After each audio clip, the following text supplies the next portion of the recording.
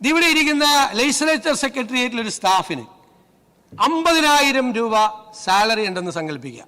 50,000 രൂപ കൂടുതലുണ്ടെന്ന് എനിക്കറിയാം.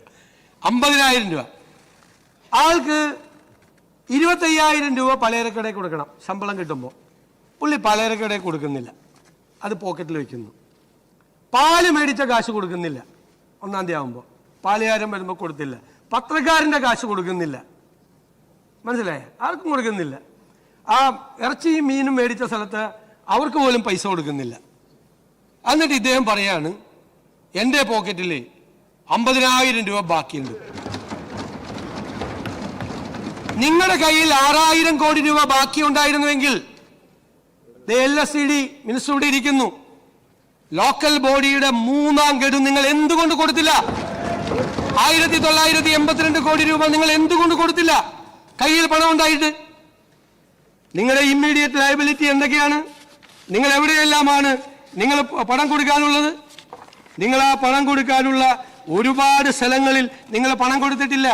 പട്ടിക വിദ്യാർത്ഥികൾക്ക്, പട്ടികജാതി പട്ടികവർഗ വിദ്യാർത്ഥികൾക്ക് നിങ്ങൾ കൊടുക്കാനുള്ള പണം എത്രയാണെന്നറിയാമോ? 377 കോടി രൂപ. 6,000 കോടി രൂപ ബാക്കി ട്രഷറിയിൽ ഉണ്ടായിരുന്നെങ്കിൽ എന്തുകൊണ്ടാണ് ഈ പാവങ്ങൾ കുട്ടികൾക്ക് ഫസ്റ്റ് പ്രയോറിറ്റി ആയിട്ട് കൊടുക്കണ്ടേ? ആ 377 കോടി രൂപ കൊടുത്തോ? നിങ്ങൾ കൊടുത്തോ? 21,000 കോടി രൂപ ജീവനക്കാർക്ക് DA അരിയസ് വെച്ചിട്ടാണ് സർക്കാർ ഇറങ്ങുന്നത്. അത് കൊടുത്തില്ലല്ലോ. എന്നാ 6,000 കോടി ബാക്കിയുണ്ട്. ഒരു അരിയസ് കൊടുത്തേക്കാം, തീരുമാനിച്ചില്ലല്ലോ. പെൻഷനർമാർക്ക് 14,387 കോടി രൂപയുടെ അരിയസ് ഉണ്ട്. കൊടുത്തോ? കൊടുത്തിട്ടില്ലല്ലോ.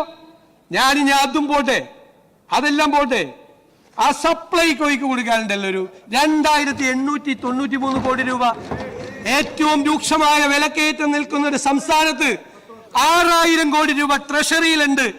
ഇനി നിങ്ങളെടുത്ത് ചെലവാക്കിക്കോ എന്ന് പറയുന്ന നിങ്ങൾ എന്തേ അത് കൊടുക്കാതെ പോയത്?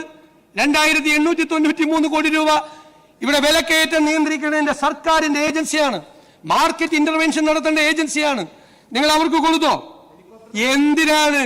എന്തിനാണ് ആ മെഡിക്കൽ സർവീസസ് കോർപ്പറേഷന് കൊടുക്കാനുണ്ട് 476 കോടി ഇല്ലേ?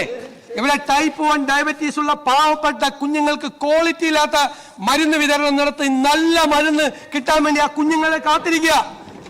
അവർക്ക് നല്ല മരുന്ന് വിതരണം നടത്താൻ വേണ്ടി നിങ്ങൾക്ക് കൊടുക്കാമായിരുന്നല്ലേ ഈ പൈസ?